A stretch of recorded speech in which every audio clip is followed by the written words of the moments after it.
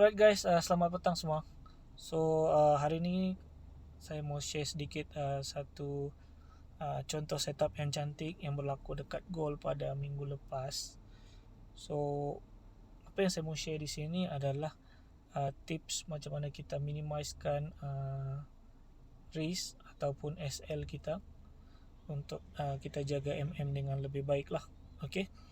So, kalau tengok di sebelah kiri ni, ada satu bearish engulfing yang sangat-sangat cantik. Okay. Dan kalau dalam supply and demand, dia juga dipanggil sebagai rally base drop lah. Area ni rally dan base, kemudian ada heavy drop. Okay. So di dalam bearish engulfing ni, kita tengok bila price balik ke zone supply zone, dia test sekali, dia terjun, dan dia test kali kedua lebih tinggi, kemudian dia membuat heavy drop. Okay. Heavy drop dalam, maksud saya dalam maksimum dia pergi sampai 360 pips lah. Okay. Dan bagi setengah trader, bila dia nampak bearish engulfing, dia akan tunggu price masuk ke dalam zone supply, kemudian dia akan entry di sana lah. Okay.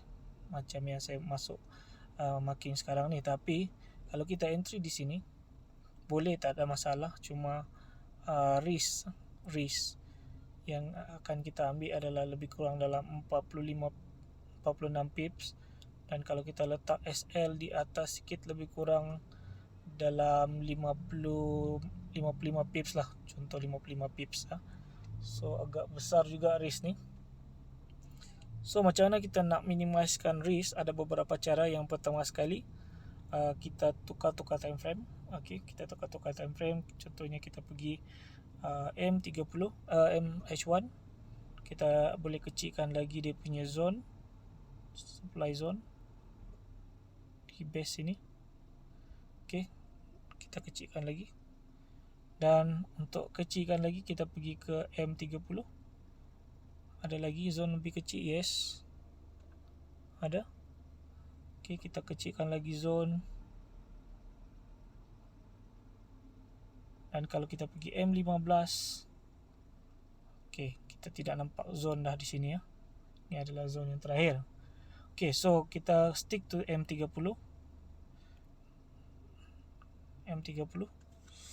Dan kalau kita tengok di sini, daripada 55 pips, sekarang zone entry kita sudah pun lebih kurang 27 pips. Maksimum mungkin dalam 35 pips, 37 pips.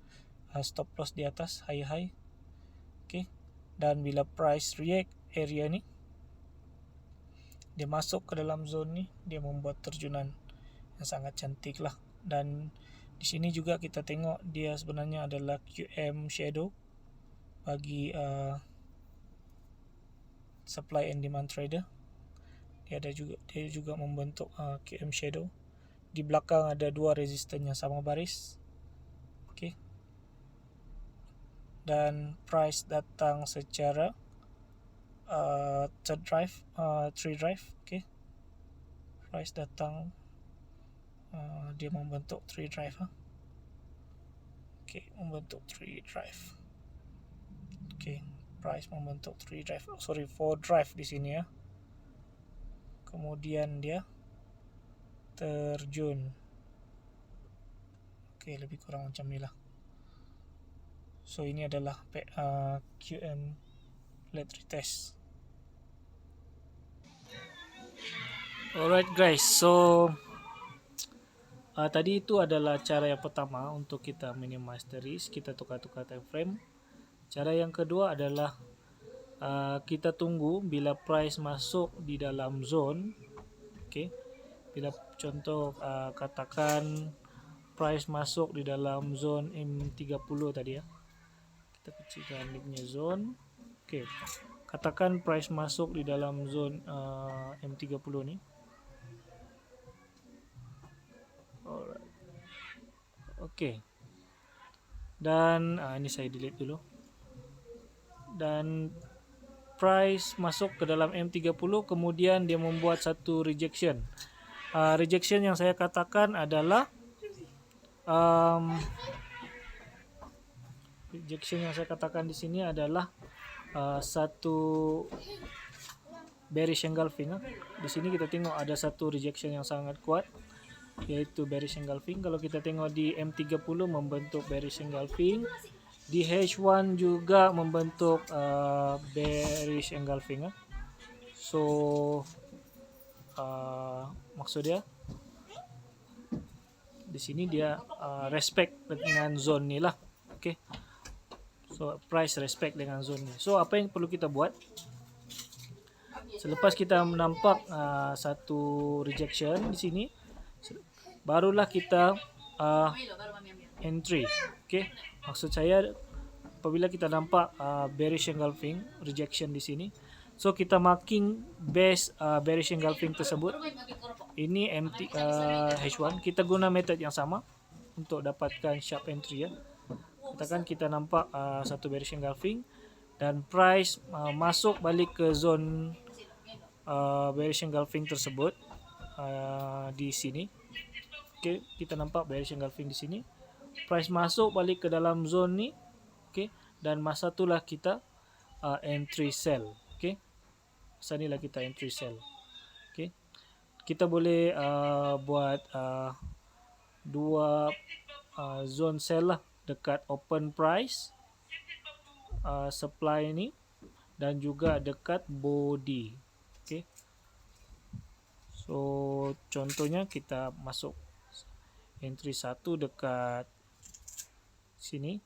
Okay, dan entry kedua kita di sini di body ya, sebab kadang price tidak masuk sampai di atas. So ini adalah zone entry kita. Alright.